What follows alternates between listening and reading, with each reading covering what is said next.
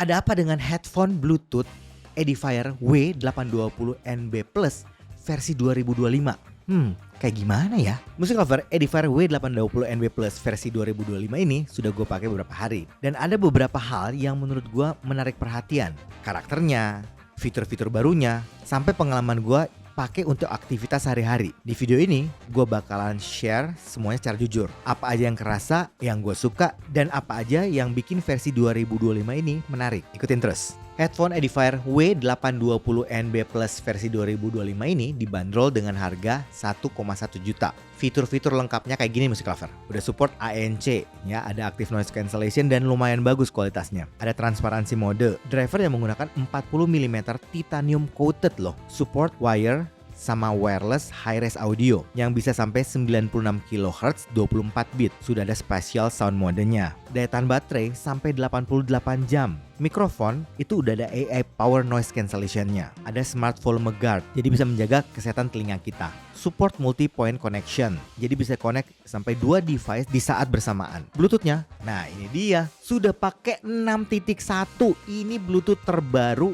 yang dipakai di headphone ini. Belum ada headphone lain yang pakai teknologi ini kecuali Edifier ini. W820NB Plus versi yang 2025 Musik Lover. Headphone ini juga udah ada built-in DAC-nya loh. Sudah support aplikasi, ada volume limiternya, dan listening time reminder. Untuk spek sama paket penjualannya seperti ini.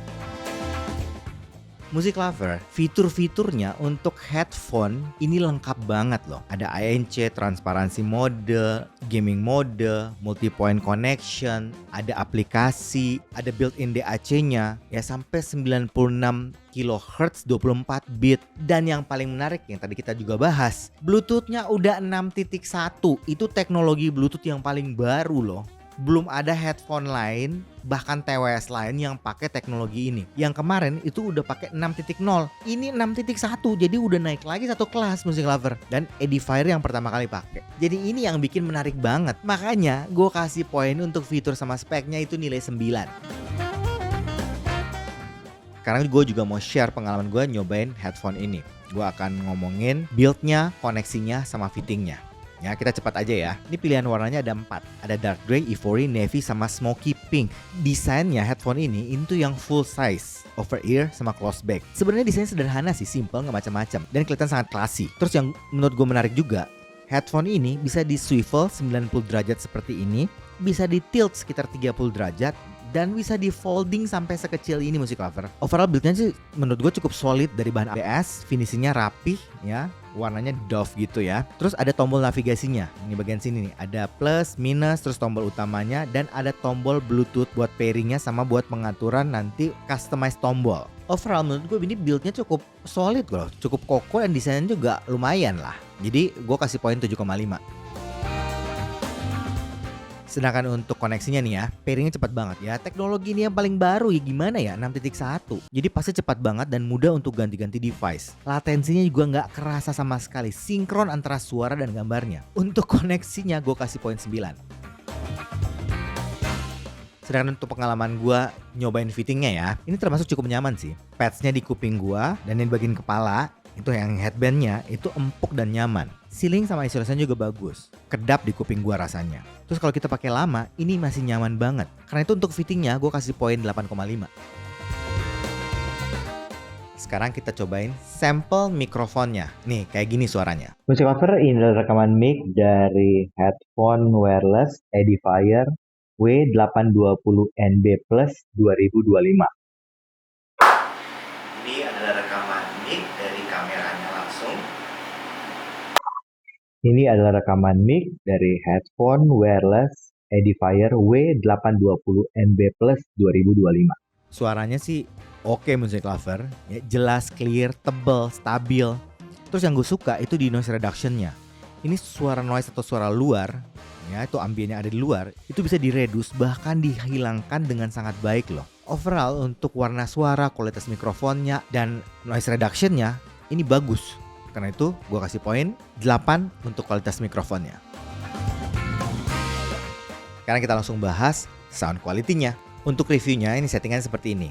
Gue pakai HP gue Samsung S23 Ultra, terus pakai Spotify yang Platinum. Ini koneksinya Bluetooth, LDAC-nya ini dinyalakan, ANC-nya noise cancellation-nya itu dinyalakan juga dan di setting yang paling high ya. Sound effect-nya untuk aplikasinya gue pakai yang Edifier yang memang standarnya. Sound mode-nya gue pilih yang music. Audio codec-nya itu pakai yang 96 kHz. Sedangkan multi-point connection-nya ini gue off. Untuk tuning suaranya ini cenderung yang netral to bright. Jadi ini bukan bass yang gede ya, tapi bassnya yang cukup aja. Tipikal bass-bass yang berkualitas. Jadi bukan yang quantity music lover. Ini yang cenderung agak tight, tapi impact sama punch-nya itu bagus. Jadi kerasa impact-nya punchy gitu. Bassnya bukan tipikal yang boomy. Nah, memang sih menurut gua agak tipis sih, tapi masih oke lah. Sedangkan mid-nya ini cenderung di tengah.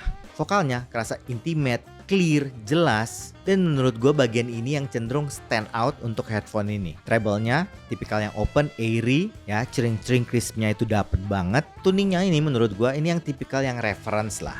Jadi yang bisa gue bilang ini buat monitoring, buat analytical ini cocok banget. Oh iya, di apps-nya juga itu ada pengaturan presetnya. Jadi kita milih beberapa preset dan ada customize yang bisa kita atur frekuensinya dengan cukup detail loh. Jadi kita bisa sesuaikan dengan selera kita yang kayak gimana gitu. Mungkin yang musik lover yang suka lebih bright bisa ditambah untuk treble-nya, atau pengen bassnya lebih berbody lagi bisa diatur untuk frekuensi bawahnya. Jadi fleksibel banget lah. Gue juga nyobain kualitas ANC-nya, transparansi mode, dan gaming modenya. Terus gue juga akan share pengalaman gue untuk nyobain di beberapa kegiatan entertainment. Kualitas ANC-nya musik lover ini menurut gue oke banget sih. Ini termasuk yang kedap, kayak bisa ngereduce suara yang luar itu dengan sangat bagus gitu. Ya biasanya karena memang Edifier punya kualitas mikrofon yang bagus sih.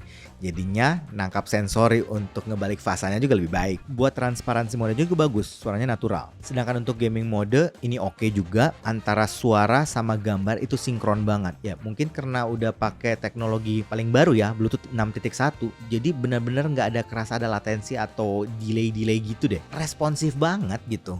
Dan smooth semuanya. Untuk tuning tiap modenya memang ada sedikit perbedaan. Kalau pengen yang paling bright biasanya yang di ANC-nya on. Kalau ANC-nya off itu berubah jadi yang paling warm loh. Sedangkan untuk yang mode transparansi ini yang di tengah-tengah.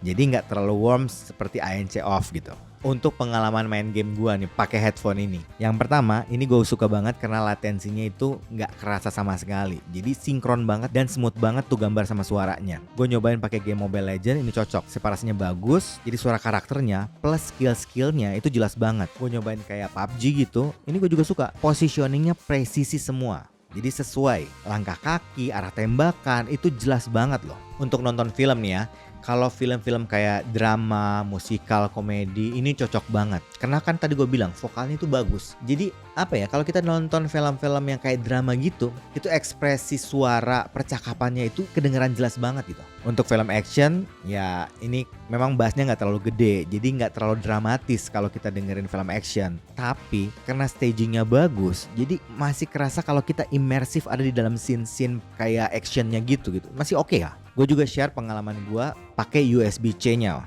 Ya, karena ini kan koneksinya ada yang wireless, tadi yang Bluetooth itu kita bahas ya. Sekarang ini yang USB-C-nya. Tuningnya sebenarnya overall masih mirip. Mungkin bassnya aja yang lebih berbody. Ini yang gue rasa cukup di-notice gitu di bagian bassnya. Terus yang menariknya nih ya, ini gue kasih tahu ya. Biasanya tuh produk-produk lain kalau pakai USB-C ya pakai kabel, itu kan ANC sama transparansi modenya kan nggak berfungsi, itu jadi kayak headphone biasa. Tapi W820NB Pro yang 2025 ini berfungsi loh. Jadi kalau kita pakai kabel, ANC sama transparansi modenya masih jalan musik lover, dan bisa kita atur dengan tombol yang ini. Di apps-nya nih ya, ada beberapa fungsi yang gue mesti ceritain juga. Menurut gue ini menarik banget. Ada volume limiter. Jadi kita bisa ngatur tingkat dB di headphone-nya. Jadi kita bisa ngejaga kuping kita, apalagi mungkin anak kita, keponakan kita minjem kan, kadang-kadang itu mereka stylenya kan gede banget. Kita bisa atur limitnya supaya mereka tidak terlalu keras dengerinnya.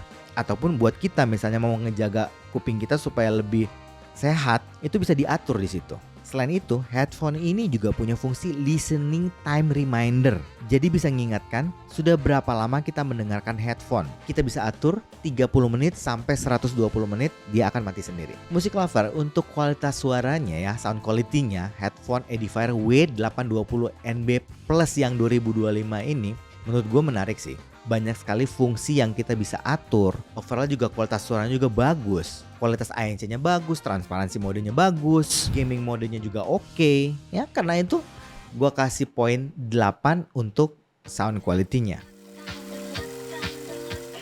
Musik cover menurut gua Edifier W820 NB Plus 2025 yang dibanderol 1,1 juta ini worth it banget untuk lo coba. Price to performance-nya itu bagus. Apalagi musik lover yang cari headphone dengan kualitas suara yang balance, natural, yang analytical, yang flat, rasanya lo bisa coba ini.